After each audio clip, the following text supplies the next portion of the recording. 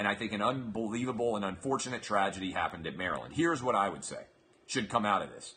All Power 5 conferences should adopt a standard practice for off-season workouts, much like happened in the NFL when Corey Stringer died.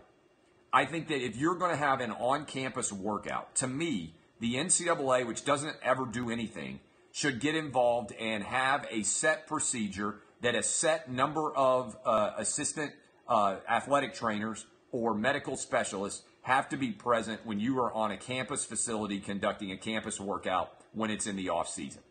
I think you need all of the requisite people there. The schools, especially in Power 5 conferences, all make so much money that I think that is a no-brainer. Now, some schools don't have the money to be able to afford it. Certainly, some high schools don't have the ability to afford it. But when you are on campus conducting a workout, I think the medical personnel needs to be there sufficient to handle any kind of medical emergency that arises. And I'm surprised and often disappointed when we spend most of our time trying to find a villain in a case like these and very little of the time trying to say, how can we ensure that something like this doesn't happen again?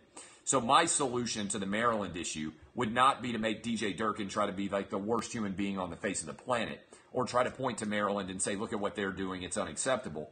It would be to ensure that off-season workouts are all staffed in the same way under NCAA rules, that if you're going to have football players, I think certainly basketball players too, but football players in particular, conducting off-season workouts, you need to have medical personnel there prepared to handle them. Why football players uniquely? Because their bodies are big.